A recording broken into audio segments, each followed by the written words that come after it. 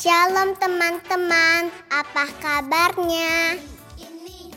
Sebelum kita ikut kebaktian sekolah minggu, ada beberapa hal yang harus diperhatikan. Pertama, persiapan diri, mandi supaya tubuh kita bersih dan wangi. Dan jangan lupa gosok gigi ya. Dan yang paling penting, kita harus berpakaian rapi seperti kita pergi ke gereja. Kedua, siapkan media yang akan kita gunakan. Apakah itu handphone, laptop, komputer, atau televisi? Jika menggunakan handphone, pastikan baterainya dalam keadaan penuh. Ketiga, siapkan hati. Kita semua harus menghormati Tuhan. Selama kebaktian tidak boleh sambil bermain, bercanda, atau lari-lari. Duduk yang rapi, jangan sambil tiduran ya. Dan jangan sambil makan minum ya. Nah, semua sudah siap. Sekarang mari kita mempersiapkan hati kita untuk beribadah kepada Tuhan. Selamat beribadah teman-teman. Tuhan Yesus memberkati.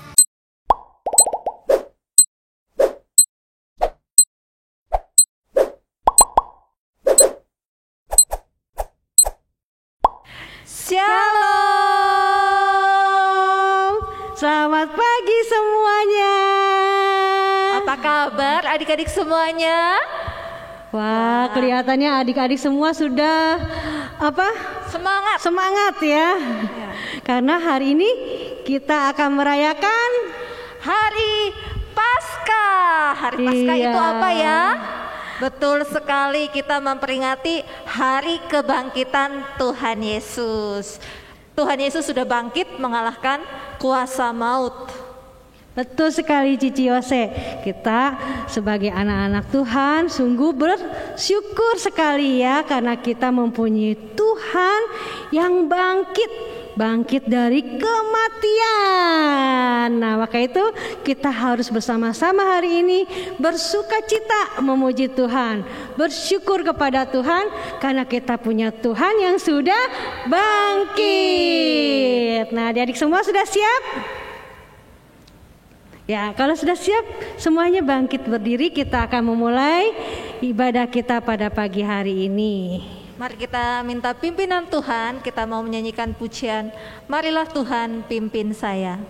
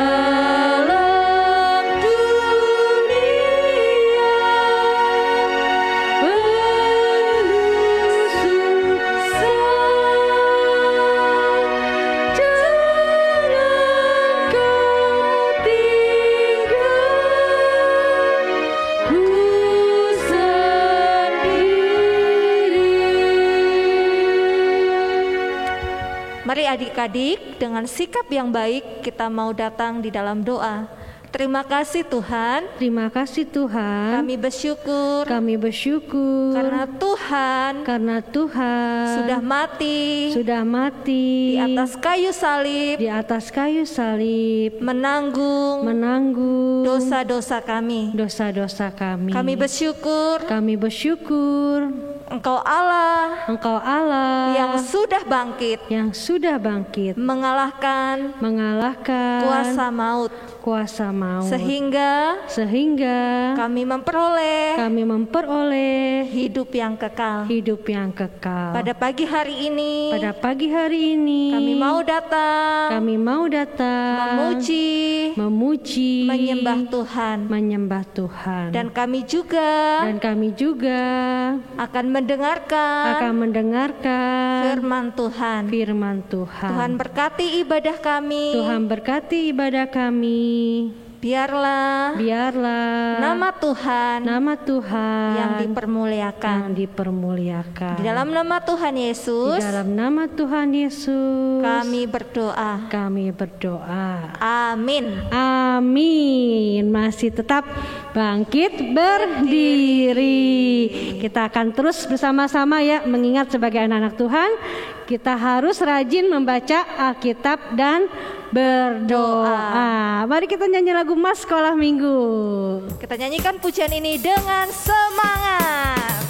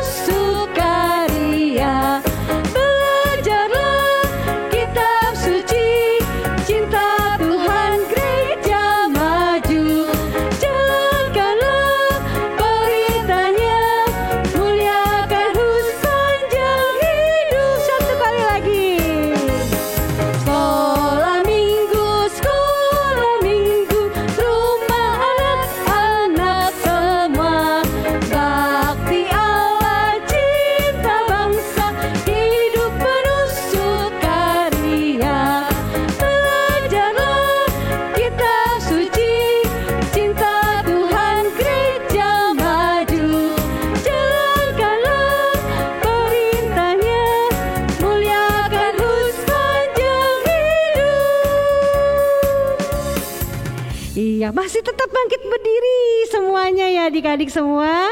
Kita akan bersama-sama, kita akan memuji Tuhan sebab Dia hidup. Semua pasti bisa lagu ini ya.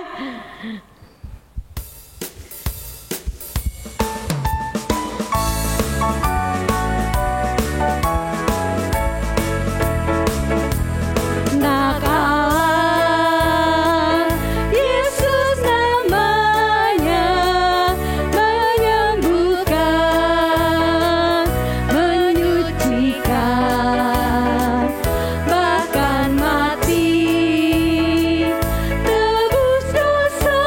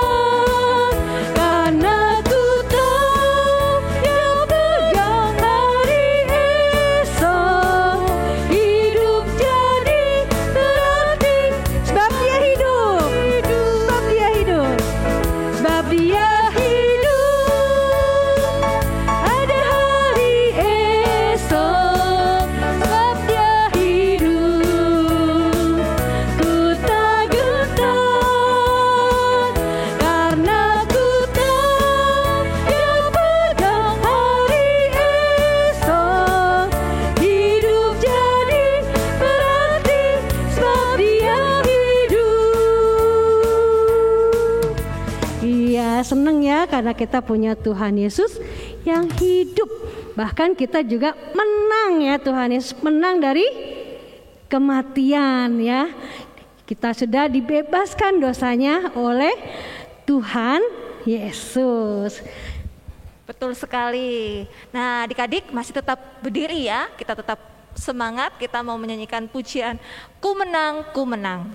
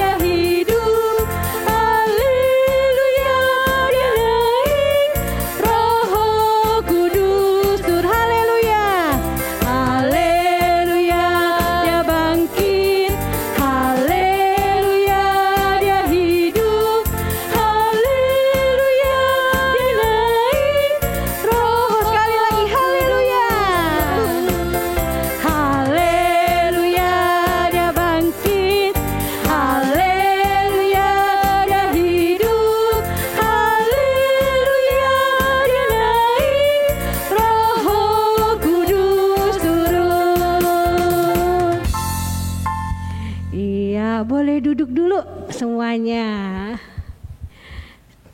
Sekarang kita akan ngapain nih Cici Yose? Ya adik-adik, sekarang kita akan mendengarkan firman Tuhan.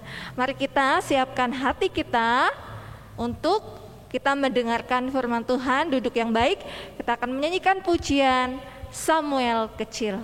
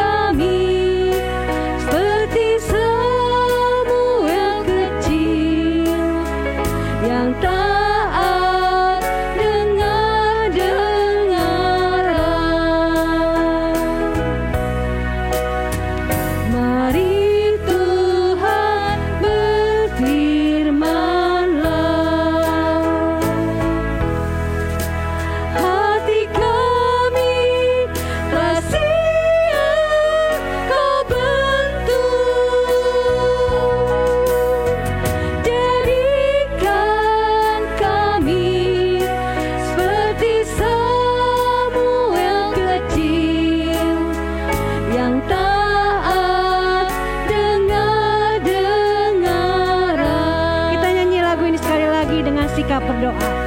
Mari Tuhan berfirman-Lah,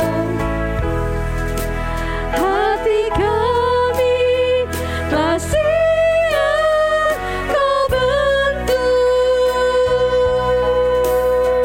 jadikan kami seperti Samuel kecil yang taat dengar-dengaran. 1, 2, 3, Mari adik-adik semua kita akan berdoa. Semua matanya ditutup, tangannya dilipat, ikutin Cici berdoa.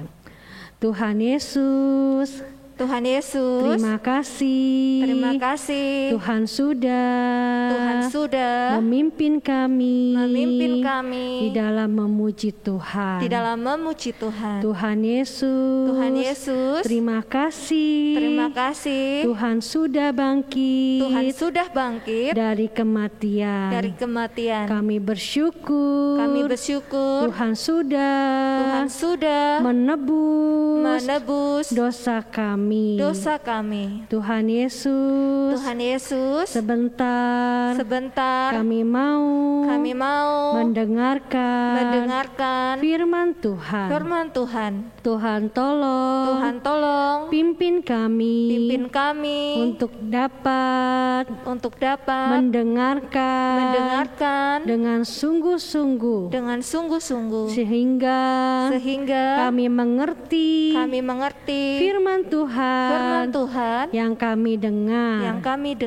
Tuhan Yesus, berkati juga untuk Kok Kiki yang akan menyampaikan firman Tuhan. Tuhan pakai agar Kok Kiki bisa menyampaikan kebenaran firman Tuhan.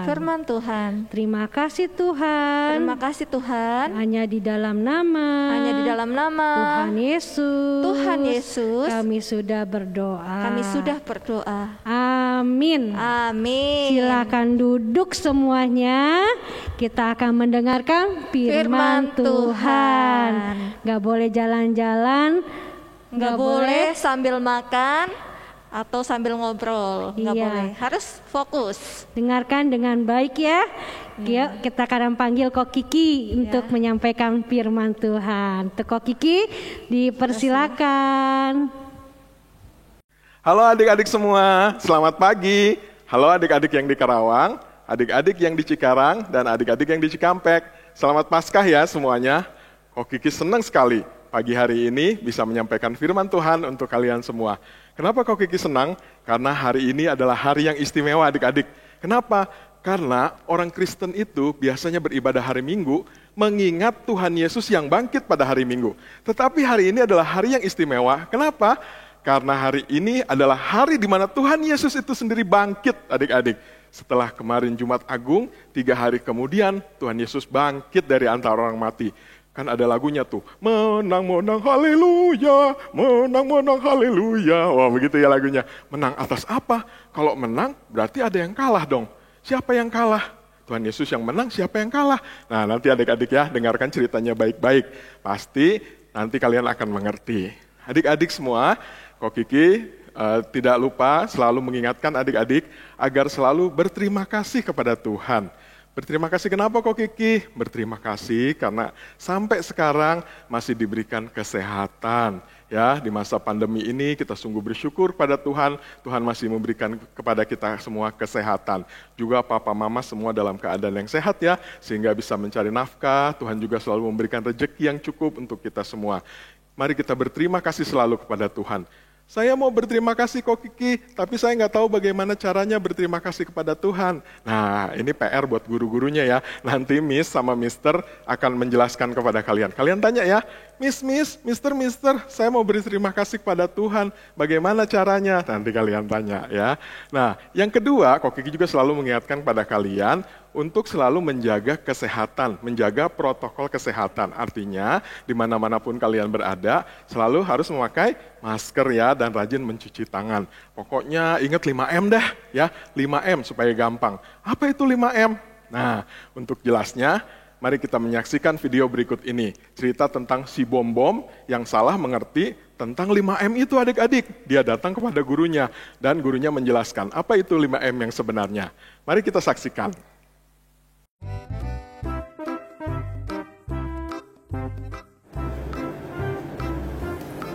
Selamat pagi, Mister. Selamat pagi.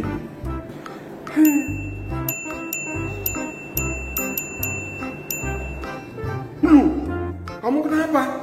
pucet dan menggigil begitu? Lagi nggak enak badan, Mister. Aduh, lagi nggak enak badan, kok malah datang ke sekolah. Mister bilang juga apa? COVID itu belum kelar, belum selesai. Kamu harusnya melakukan 5M di rumah. Kamu lakukan nggak? Tapi saya juga melakukan 5M kok, Mister. Beneran. Ya tapi kok bisa sakit begini? Jangan-jangan ngaco nih. Coba menurut kamu, 5M itu apa? M yang pertama, makan. Oh ya pantesan, bukan makan, tapi memakai masker. Kalau kamu berpergian kemana-mana, keluar rumah itu memakai masker. Mengerti? Oh, Terus M yang kedua menurut kamu apa? pasti Mister nggak akan percaya kalau saya kasih tahu. Apa? Minum. Aduh ya itu mah sama aja. Kenapa nggak disatuin aja sih? Makan sama minum gitu. M yang kedua itu mencuci tangan, bukan minum. Oh, Nah sekarang M yang ketiga dalam kamus kamu apa? mabar. Ya kan? Astaga, zaman corona gini malah mabar. Hei, yang ketiga itu menjaga jarak. Kayak kita nih ngomong nih, menjaga jarak 1,5 meter dari lawan bicaramu. Oh, Lalu M yang keempat menurut kamu apa? udah jelas. Nah, udah ngerti nih. Apa coba? Mengejar layangan. Ngapain? Aduh, kamu tuh di rumah itu harusnya belajar, membantu orang tua. Ya ngapain kamu ngejar-ngejar layangan? Aduh, bongbong. M yang keempat itu membatasi mobilisasi. Artinya kamu tuh kalau nggak perlu-perlu banget nggak usah keluar rumah. Oh, Aduh, perasaan nggak enak nih. Kuat yuk, bisa. Ya sudah, menurut kamu M yang kelima itu apa? siap. Ini penting. Nah, mulai ngerti nih, bagus. Iya, 5M itu penting agar kita semua bisa selalu menjaga kesehatan di tengah pandemi ini. Coba apa M yang kelima? Mau motoran. Bukan Bambang, bukan pemotoran. Kamu tuh masih kecil, belum punya SIM. Ngapain mau motoran segala? Aduh, M yang kelima itu menjauhi kerumunan. Artinya kalau ada kerumunan, kamu nggak usah kesana, nggak usah ikut-ikut. Ya, ingat COVID itu masih ada. Ya, selain kamu bisa tertular, kamu juga bisa membawa penyakit. Apalagi kalau sampai orang yang tertular itu punya penyakit bawaan, bisa meninggal loh. Oh, Kalau dibilangin oh aja. Ya sudah, diinget-inget lagi ya 5M-nya ya. Nah sekarang kamu pulang, istirahat, minum obat ya. Emang kenapa sih, Mister? Kok nggak boleh ke sekolah? Sekarang kan hari libur, ngapain kamu ke sekolah? Ingat, 5M. Memakai masker, mencuci tangan, menjaga jarak, membatasi mobilisasi, dan menjauhi kerumunan.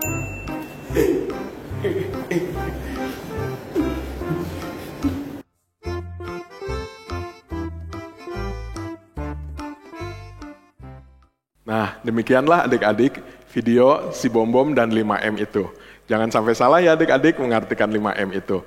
Dan jangan lupa juga terus menjaga kesehatan di rumah. Nah, adik-adik sekalian, kita akan mendengarkan cerita firman Tuhan. Adik-adik, kisah ini diawali dengan sebuah kisah nyata yang terjadi di Amerika Serikat. Pada waktu itu, sekitar tahun 1940, adik-adik terjadi Perang Dunia Kedua.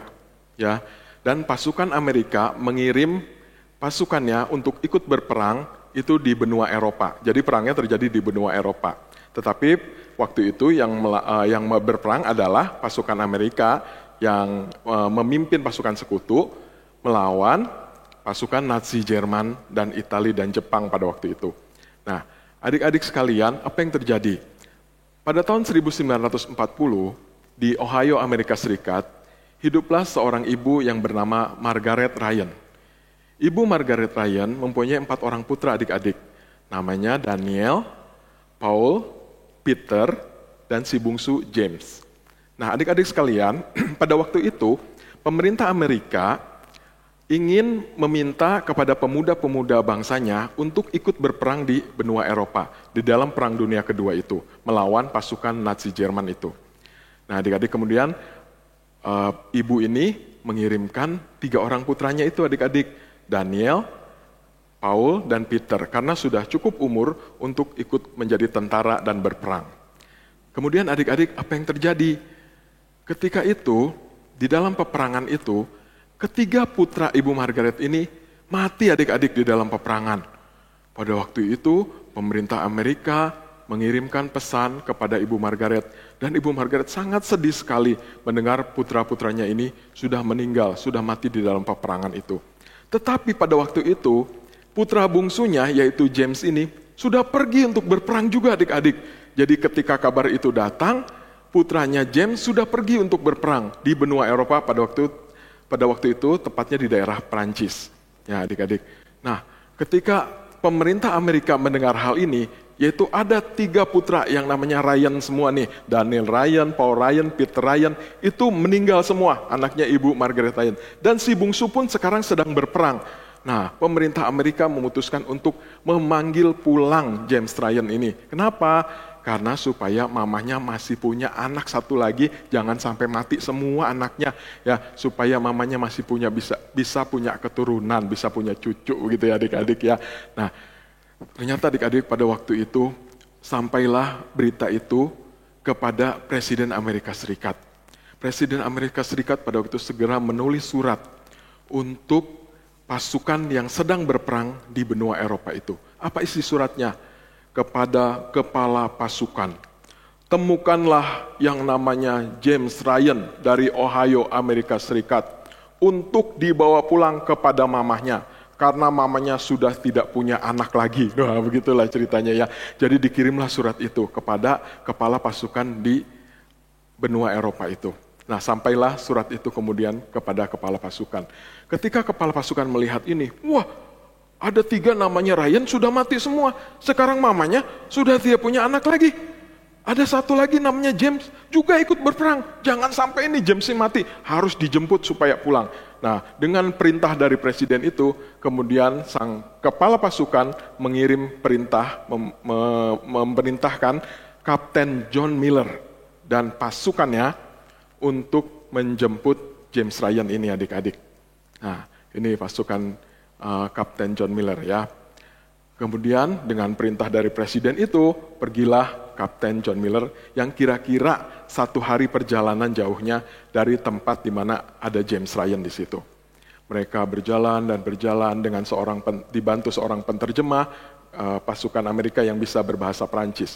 Ya, dibantu seorang penterjemah menanyakan pada penduduk apakah ada pasukan Amerika berperang di sini. Lalu mereka kalau tidak ada mereka berjalan lagi mencari dan mencari. Nah, akhirnya adik-adik, tibalah mereka di sebuah kota yang berbatasan dan dibatasi oleh sebuah jembatan adik-adik. Jadi satu kota dan kota yang lain dibatasi oleh sebuah jembatan. Nah, jembatan itu harus dijaga. Kenapa? Karena di seberang jembatan itu ada pasukan Nazi dan di seberang jembatan ini ada pasukan Amerika, pasukan sekutu yang menjaga. Nah, kenapa harus dijaga? Karena kalau sampai pasukan Nazi bisa merebut jembatan itu lalu masuk ke kota, adik-adik, itu bisa sampai ke kota-kota yang lainnya, sehingga mereka bisa menjajah dengan bebasnya begitu ya adik-adik. Jadi dijagalah jembatan itu. Kapten John Miller dan pasukannya sampai ke jembatan ini. Lalu mereka bertemu dengan pasukan Amerika yang sedang menjaga jembatan itu. Dan ternyata adik-adik, di situ ada seorang prajurit yang bernama James Ryan. Lalu Kapten John Miller menanyakan, apakah betul kamu James Ryan, anak Ibu Margaret Ryan yang dari Ohio, Amerika Serikat? Iya betul, itu saya. Silakan kamu duduk dulu, saya membawakan berita yang cukup mengejutkan buat kamu. Silakan duduk, kamu baca ya surat ini. Oleh Kapten John Miller diberikanlah surat dari presiden itu adik-adik. Di situ diceritakan bahwa 3 kakak laki-lakinya James ini sudah mati semua adik-adik dalam peperangan. Dan ibunya sangat rindu, sangat ingin sekali supaya James bisa pulang ke mamanya, sehingga mamanya masih bisa punya anak satu lagi begitu ya, nggak mati semua begitu ya adik-adik. Itulah kerinduan mamanya. Dan Presiden Amerika pun sudah memerintahkan untuk pasukan yang bertemu dengan James Ryan segera bawa dia pulang ke Amerika begitu ya adik-adik ya. Tapi apa yang terjadi adik-adik? James Ryan nggak mau adik-adik, nggak mau pulang. Waktu dia sudah baca itu, dia sedih, memang dia sedih karena dia mengingat kakak-kakaknya semua laki-laki dan betapa kompaknya mereka dulu waktu masih kecil sampai jadi remaja begitu ya.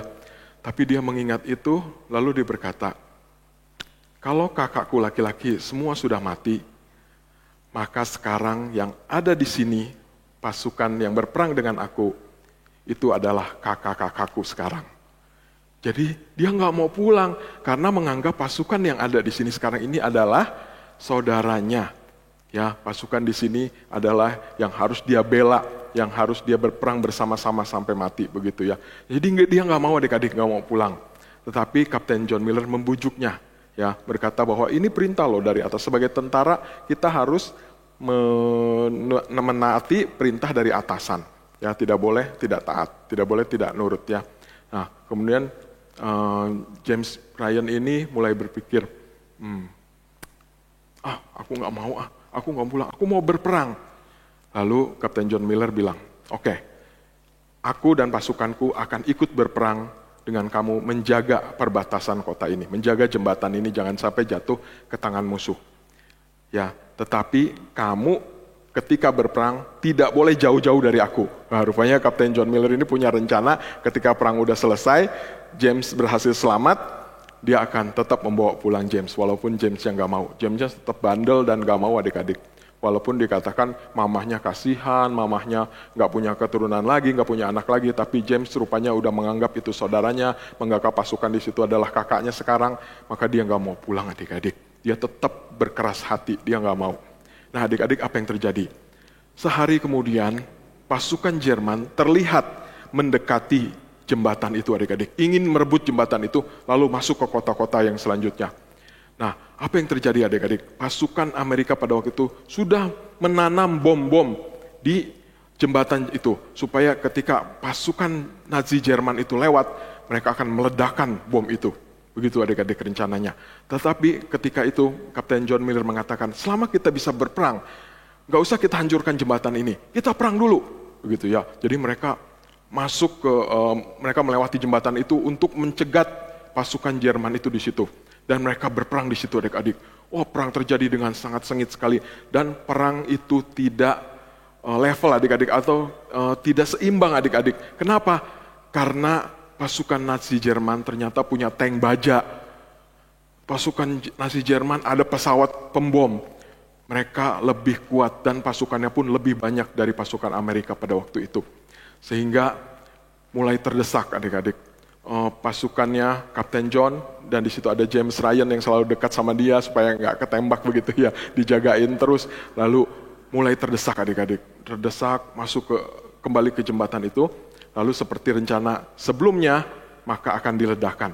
Tetapi mereka sibuk berperang sehingga mereka lupa waktu jembatan itu sudah harusnya meledak adik-adik. Sehingga pada waktu Kapten John Miller lewat di jembatan itu bersama dengan Ryan, itu jembatan meledak adik-adik. Dan tidak disangka-sangka ledakan itu mengenai Kapten John yang waktu itu tubuhnya melindungi James supaya jangan sampai dia kena bom juga. Dan disitulah Kapten John meninggal. Kapten John menghembuskan napasnya yang terakhir. Ketika napasnya mau lepas gitu adik-adik ya, udah mau meninggal gitu adik-adik ya, Kapten John berkata pada Ryan, James, sini aku mau ngomong dulu. Aku mau ngomong dulu sama kamu. Lalu James di situ sudah menangis, dia melihat betapa Kapten John ini membela dia, benar-benar ingin dia pulang ke mamahnya, melindungi dia sedemikian rupa. James menangis di situ dan mendengarkan kata-kata Kapten John. Kapten John berkata dengan nafas yang terakhirnya, James, kamu harus menghargai ini. Kamu harus menghargai semuanya ini. Adik-adik, disitulah James kemudian tersadar bahwa kalau dia tidak menghargai pengorbanan Kapten John, maka semuanya itu sia-sia adanya. Kematian Kapten John dan pasukannya untuk melindungi dia, melindungi kota itu, semuanya akan sia-sia kalau dia mengeraskan hati, tidak mau pulang ke mamahnya. Semua pengorbanan Kapten John menjadi sia-sia. Jadi Kapten John berkata, hargailah semuanya ini, hargailah semuanya ini. Waktu itulah James menyadari semuanya itu. Oh iya, aku harus menghargainya. Aku harus menghargai semua pengorbanan ini.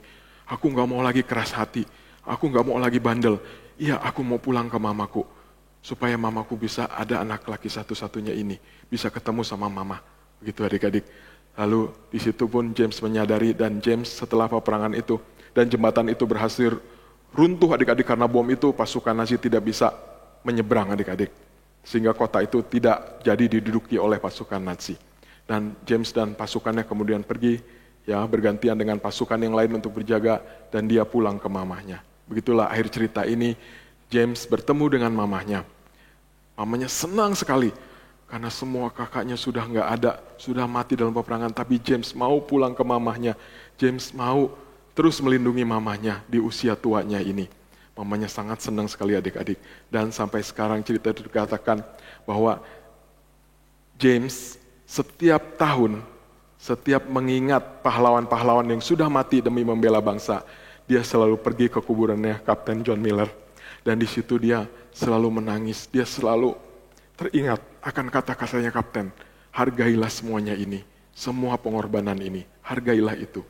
Dan James begitu bersyukur sekali dia bisa hidup karena ada Kapten John yang sudah mengorbankan nyawanya untuk dia. Demikianlah cerita ini adik-adik. Adik-adik yang dikasihi Tuhan, 2000 tahun yang lalu, ada pengorbanan yang juga sama dilakukan oleh Tuhan Yesus Kristus di atas kayu salib untuk menanggung hukuman dosa, yaitu kematian bagi kita semua. Adik-adik yang dikasihi Tuhan, mengapa Allah melakukan ini? Karena Allah begitu mengasihi manusia. Manusia memang berdosa, tapi Allah mengasihi manusia ciptaannya. Allah membenci dosa, tapi Allah mengasihi manusia ciptaannya. Allah rindu, seperti Ibu Margaret ya, Allah rindu untuk manusia bisa kembali pulang kepadanya. Kembali kepada penciptanya. Tetapi bagaimana mungkin bisa kembali dan bersatu? Karena manusia sudah berdosa. Adik-adik yang dikasihi Tuhan, sebenarnya ketika itu Allah sudah menetapkan, kalau kamu berbuat dosa, kamu datang kepada imam, lalu kamu membawa persembahan sebagai korban penebus dosa.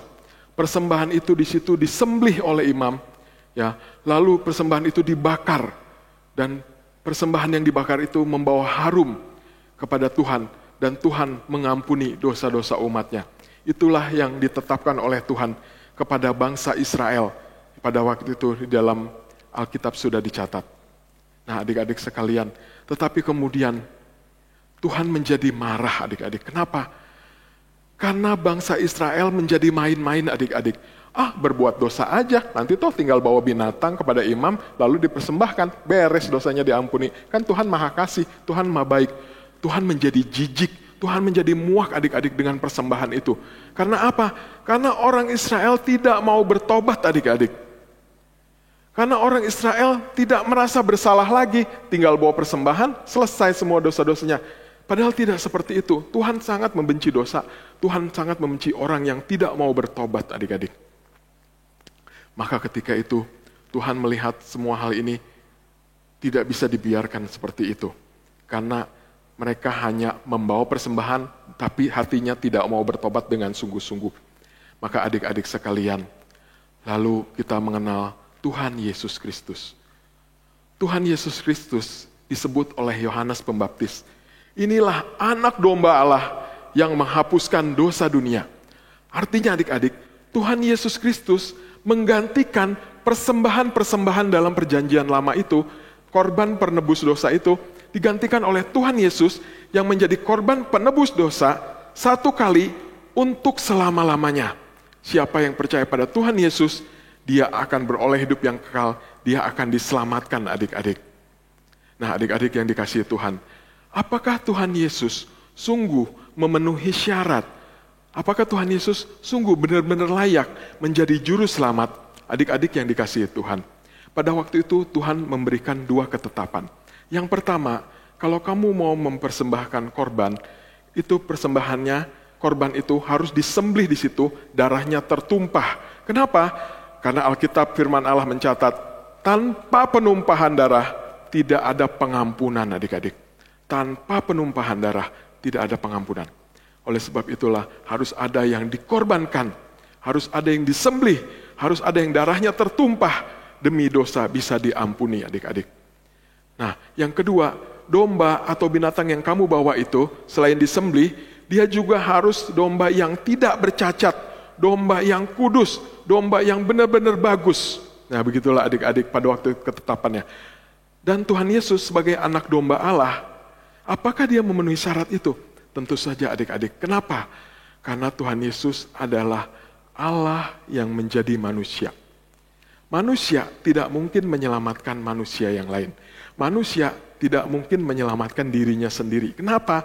Karena sama-sama berdosa. Manusia yang satu berdosa, manusia yang satunya berdosa. Lalu manusia yang satu berkata, sini ikut aku tahu jalan keselamatan. Tidak mungkin. Karena apa? Karena sama-sama berdosa. Kalau begitu, syarat yang kedua itu harus kudus, tidak bercacat di hadapan Tuhan. Siapa yang bisa?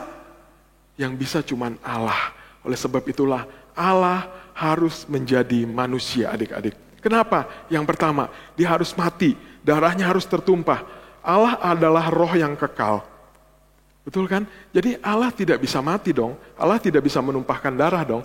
Jadi Allah menjadi manusia dulu. Di dalam Tuhan Yesus Kristus mati, darahnya tertumpah adik-adik. Benarkah darah Tuhan Yesus tertumpah? Adik-adik, Alkitab firman Allah mencatat bahwa ketika Tuhan Yesus dicambuk adik-adik, darahnya tertumpah adik-adik. Ketika Tuhan Yesus dicambuk, itu daging-dagingnya semua kecabut adik-adik keluar. Pada waktu itu, cambuk orang Romawi itu tidak sama dengan cambuk yang seperti kita lihat sekarang. Ya adik-adik, cambuk orang Romawi itu ada duri-duri di ujung-ujungnya. Ya, bola-bola yang berduri itu ketika cambuk itu dicambukkan ke punggung Tuhan Yesus. Adik-adik, ketika dicabut itu dagingnya ikut adik-adik. Dan disitulah darahnya tertumpah. Dan pada waktu di kayu salib, Tuhan Yesus dicek sama prajurit, udah mati apa belum ya? Bagaimana ngeceknya? Ditusuk lambungnya. Tuhan Yesus ditusuk lambungnya, mengeluarkan darah dan air adik-adik. Nah disitulah darah Tuhan Yesus tertumpah. Berarti syarat yang pertama, darah tertumpah sudah dipenuhi. Karena Alkitab firman Allah mengatakan, tanpa penumpahan darah tidak ada pengampunan, tidak ada pengampunan dosa. Yang kedua, apakah Tuhan Yesus betul-betul tidak bersalah, betul-betul tidak berdosa, tidak bercacat dan kudus? Betul adik-adik. Kenapa? Karena Tuhan Yesus adalah Tuhan yang menjadi manusia. Jadi dia tidak berbuat dosa. Alkitab firman Allah mencatat, ketika Tuhan Yesus dicaci maki, ketika Tuhan Yesus diomelin, dihina, Tuhan Yesus tidak mengeluarkan satu kata pun dari mulutnya membalas hinaan itu. Alkitab firman Allah mengatakan bahwa Tuhan Yesus diam bagaikan domba yang dibawa ke pembantaian, bagaikan domba yang disembelih untuk menjadi korban penebus salah itu. Adik-adik yang dikasihi Tuhan, Tuhan Yesus tidak melawan adik-adik. Padahal apa yang terjadi pada waktu itu? Tuhan Yesus dihina adik-adik. Mereka para prajurit itu, begitu Tuhan Yesus dilepaskan oleh Pilatus, diserahkan kepada prajurit, itu prajurit itu sangat beringas sekali, sangat kasar sekali pada Tuhan Yesus. Prajurit itu mencambuk Tuhan Yesus. Lalu karena Tuhan Yesus itu dijuluki Raja orang Yahudi, karena Tuhan Yesus mengaku Raja, mengaku Allah, maka pada waktu itu prajurit meledeknya adik-adik. Tuhan Yesus Raja, kalau begitu kasih dia jubah. Dikasihnya jubah ungu pada Tuhan Yesus. Lalu disembahnya, meledek-meledek itu, sembah raja, sembah raja. Oh iya lupa, ada mahkota. Kalau raja kan ada mahkota, dikasih mahkota. Dianyam duri, dibuat mahkota sekeliling lingkaran begitu. Dipasangnya pada kepala Tuhan Yesus. Tuhan Yesus kepalanya dipasangin mahkota duri. Tuhan Yesus tidak melawan. Tuhan Yesus tetap diam. Karena dia tahu ini kehendak Bapa. Aku harus mati. Ini adalah kehendak Bapa. Untuk apa? Menanggung dosa-dosa manusia. Supaya yang percaya kepada Tuhan Yesus bisa diselamatkan. Adik-adik, pada waktu itu ketika mahkota duri itu ditancapkan, dipasang, itu duri-durinya ditancapkan adik-adik sama prajurit. Bagaimana cara menancapkannya? Kepalanya dipukul sama tongkat adik-adik. Kepalanya dipukul, kepala Tuhan Yesus dipukul. Supaya duri-duri itu menancap. Darahnya tertumpah. Darahnya keluar dari kepala Tuhan Yesus. Tapi Tuhan Yesus tidak membalas. Tuhan Yesus tidak berdosa. Hal ini dikuatkan oleh kesaksian Pilatus yang mencuci tangan mengatakan orang ini orang benar. Orang ini tidak bersalah. Demikian pula istrinya Pilatus mengatakan orang ini orang benar. Orang ini tidak bersalah. Terserah dah urusan kamu sendiri. Aku cuci tangan, aku gak mau tahu. Demikian kata Pilatus. Juga dikuatkan oleh Yudas Iskariot. Kenapa? Yudas Iskariot menyesal lalu membunuh dirinya. Kenapa dia menyesal? Karena dia tahu Tuhan Yesus tidak bersalah. Selama pelayanannya selama 3 tahun Yudas ikut Tuhan Yesus. Dia tahu Tuhan Yesus mengatakan kebenaran. Dia tahu Tuhan Yesus memberitakan kerajaan Allah yang benar. Kerajaan Allah yang kekal. Dia tahu Tuhan Yesus pembuat mujizat. Dia adalah Allah yang sejati. Dan dia tidak berdosa. Dia tidak bersalah. Yudas tahu sehingga Yudas menyesal. Tapi dia tidak bertobat. Tidak seperti Petrus ya. Yudas tidak bertobat lalu Yudas bunuh diri. Uangnya dia lempar, dia kembalikan, lalu dia bunuh diri adik-adik. Nah, adik-adik, ini syarat yang kedua. Korban itu, korban penebus salah itu harus tidak bercacat, harus tidak berdosa. Apakah itu dipenuhi oleh Tuhan Yesus? Itu dipenuhi oleh Tuhan Yesus. Jadi 2 syarat ini dipenuhi oleh Tuhan Yesus. Ini adalah ketetapan dari Allah sendiri. Nah, adik-adik yang dikasihi Tuhan, bahkan ketika di atas kayu salib, Tuhan Yesus mengeluarkan perkataan, bukan mencaci maki, bukan mengutuk mereka, bukan balik menghina mereka, tidak adik-adik. Tapi Tuhan Yesus mengeluarkan ucapan, ya Bapa, ampunilah mereka, sebab mereka tidak tahu apa yang mereka perbuat. Adik-adik, dari ucapan mulut Tuhan Yesus keluar adalah pengampunan adik-adik. Nah, adik-adik yang dikasihi Tuhan, ini adalah pernyataan yang agung. Ini adalah sebuah kalimat yang agung. Ada 7 perkataan Tuhan Yesus di atas kayu salib. Nanti kalian bisa baca Alkitabnya. Dan salah satunya yang kok katakan sekarang adalah Tuhan Yesus malah bukan mencaci maki, malah mengampuni mereka. Mengampuni mereka yang jahat kepadanya. Mengampuni mereka yang sudah menghina dia. Adik-adik yang dikasihi Tuhan, demikianlah Tuhan Yesus layak atau memenuhi syarat menjadi juru selamat. Karena manusia tidak bisa menjadi juru selamat bagi manusia sendiri. Karena sama-sama berdosa dan manusia juga tidak bisa menyelamatkan dirinya sendiri karena ada dosa. Tapi ketika manusia yang berdosa itu melihat kepada kayu salib Tuhan Yesus dan dia percaya kepada pengorbanan Tuhan Yesus dan dia percaya Tuhan Yesus Tuhan dan juru selamat, maka dia akan diselamatkan karena dosa-dosanya sudah ditanggung di atas kayu salib oleh Tuhan Yesus. Adik-adik yang dikasihi Tuhan, Tuhan Yesus mati dan dia dikuburkan. Pada hari yang ketiga, Tuhan Yesus bangkit adik-adik, dan inilah yang kita rayakan sekarang. Tuhan Yesus menang adik-adik, menang atas apa?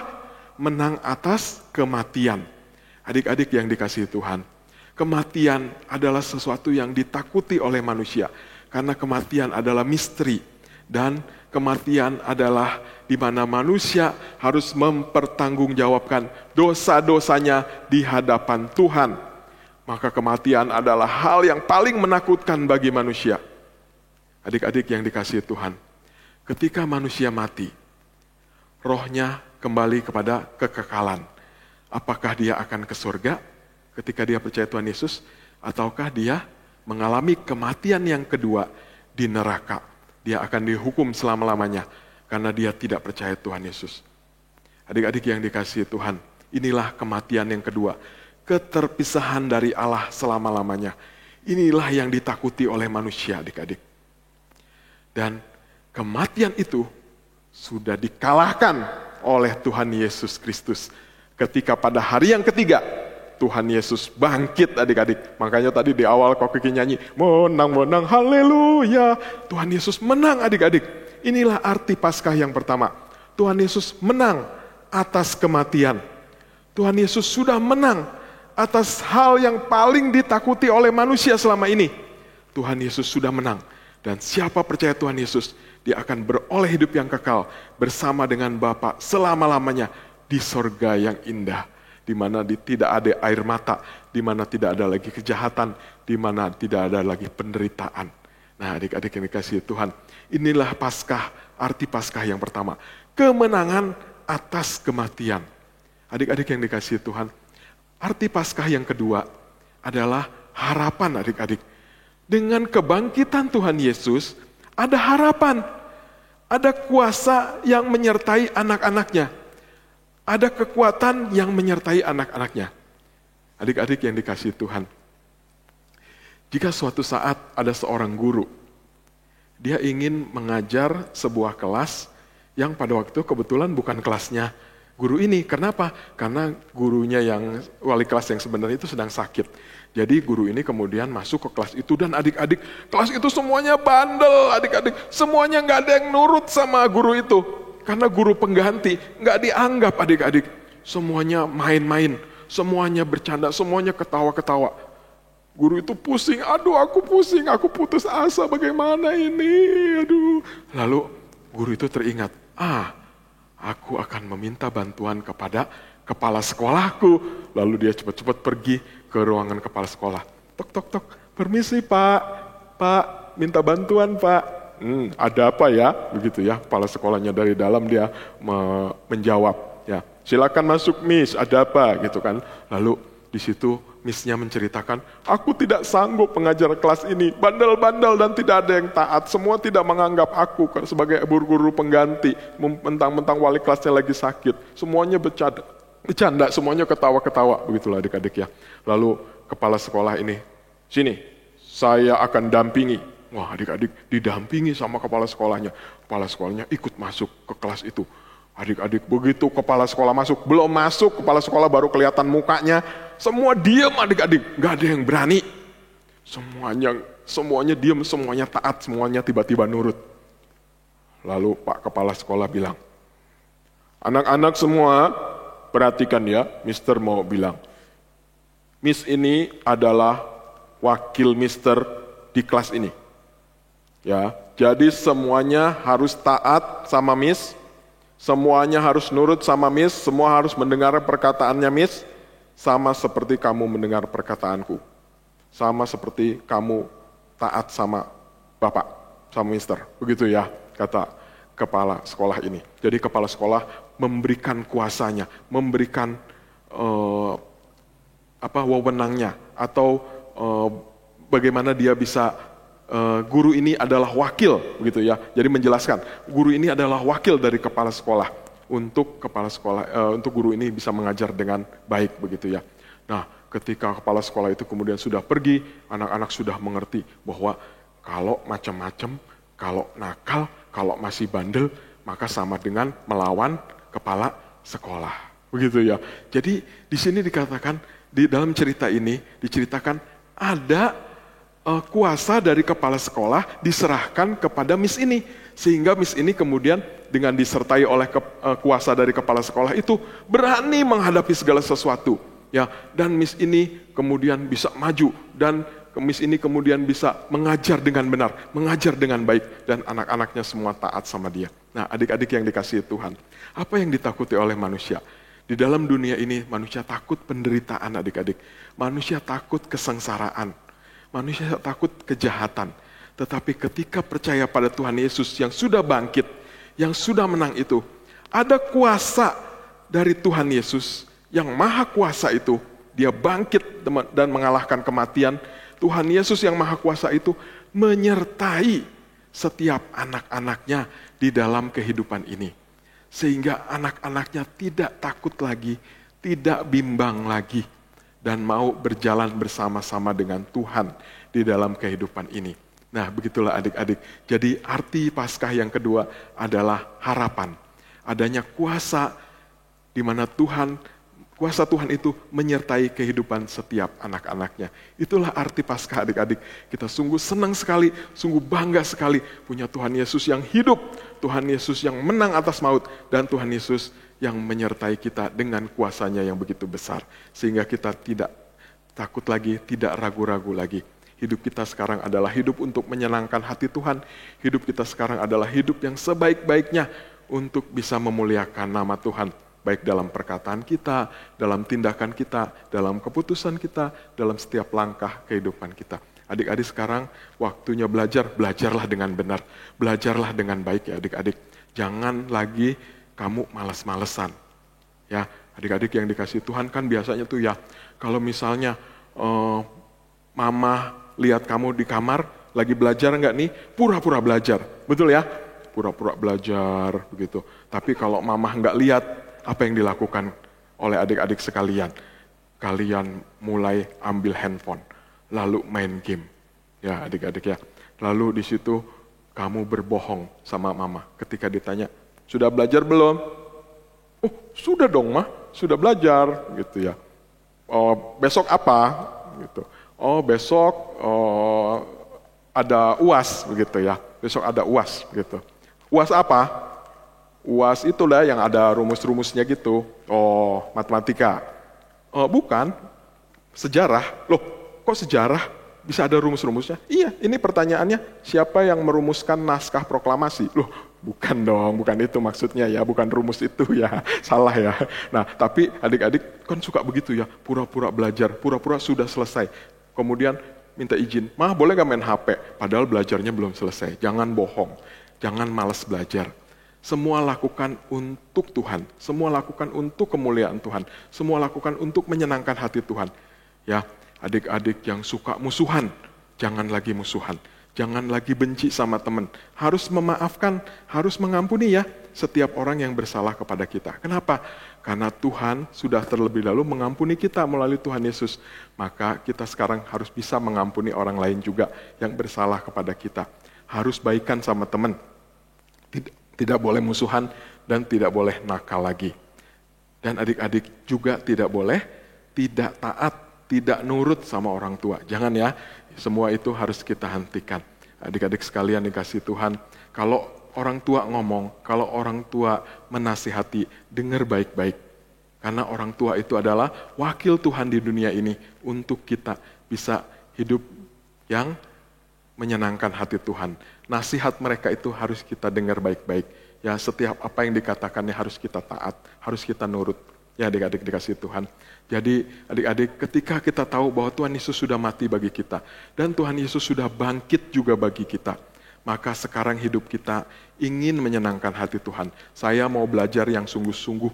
Saya mau mentaati orang tua. Saya tidak mau musuhan sama teman. Saya mau mengasihi guru. Saya mau taat sama guru.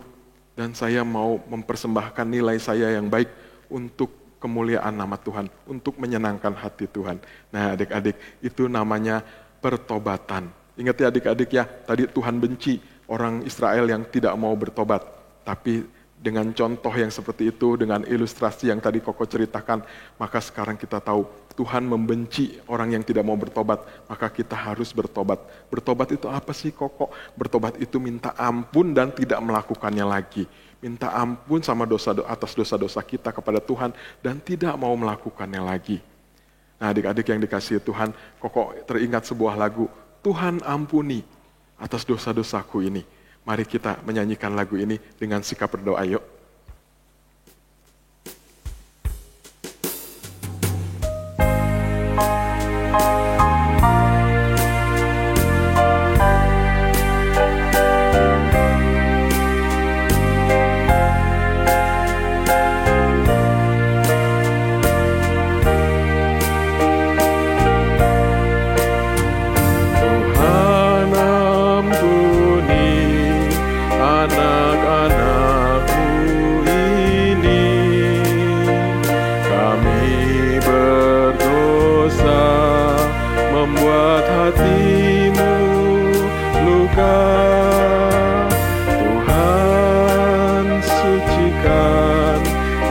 berikan pengampunan.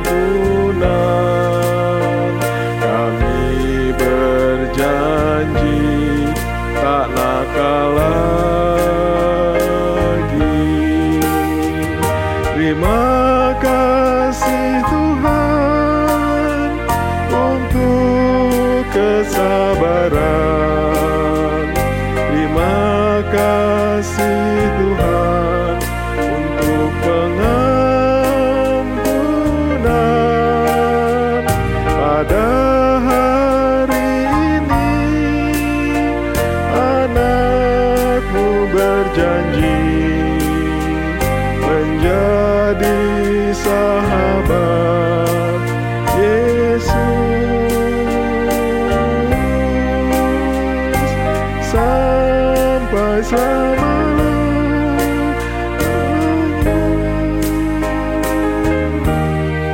Nyanyikan satu kali lagi. Tuhan ampuni anak-anak-Mu ini. Kami berdosa membuat hati-Mu luka. Tuhan sucikan, berikan pengampunan. Kami berjanji tak nakal lagi. Terima kasih Tuhan untuk kesabaran. Terima kasih Tuhan untuk pengampunan. Pada hari ini anak-Mu berjanji menjadi sahabat Yesus sampai selama-lamanya.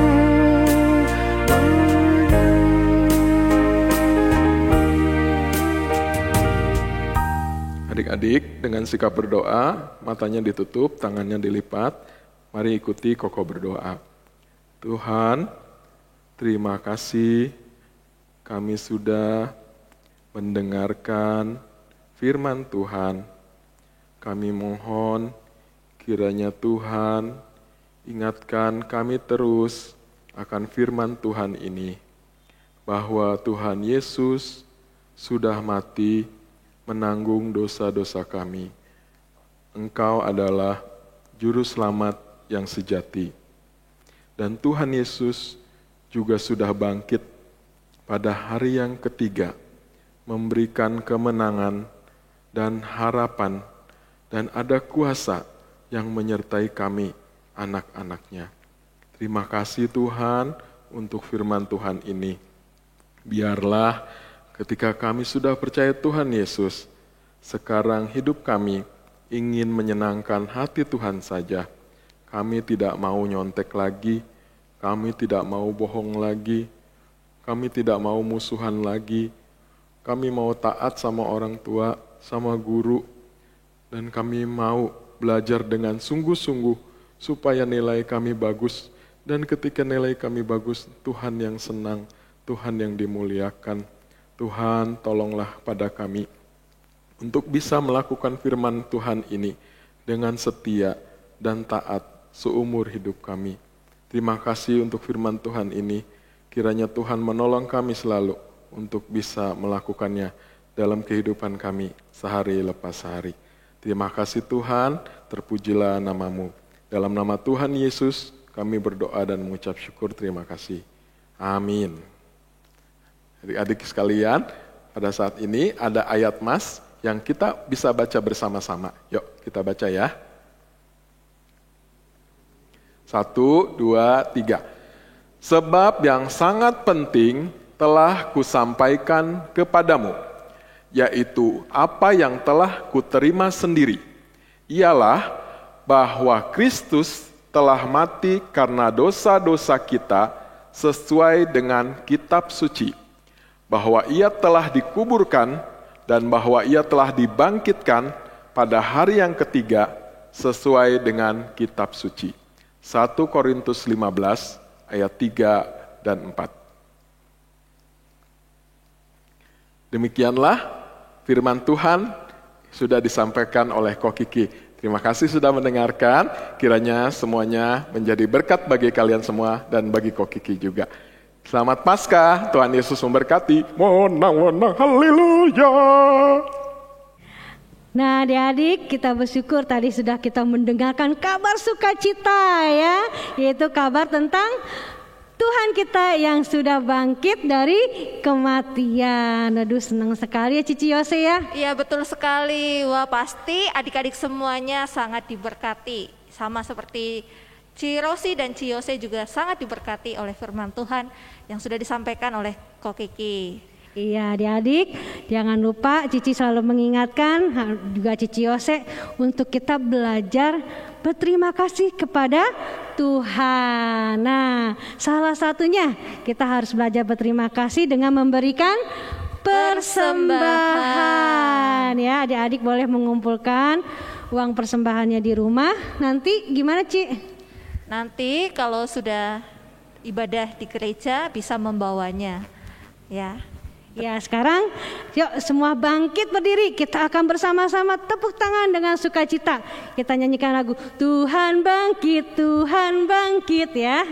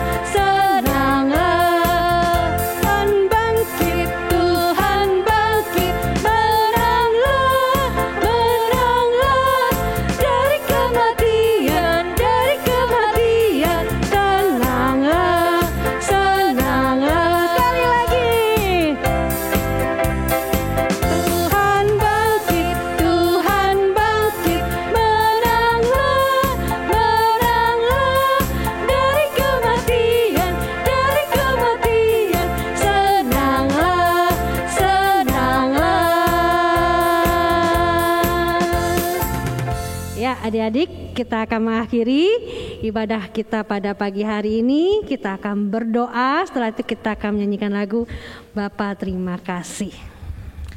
Mari kita satu di dalam doa. Tuhan Yesus, terima kasih. Terima kasih. Kami sudah memuji, menyembah Tuhan. Kami juga sudah mendengarkan firman Tuhan. Ajar kami Tuhan untuk melakukan firman Tuhan dalam kehidupan kami sehari lepas hari. Terima kasih Tuhan. Dalam nama Tuhan Yesus. Kami berdoa. Amin.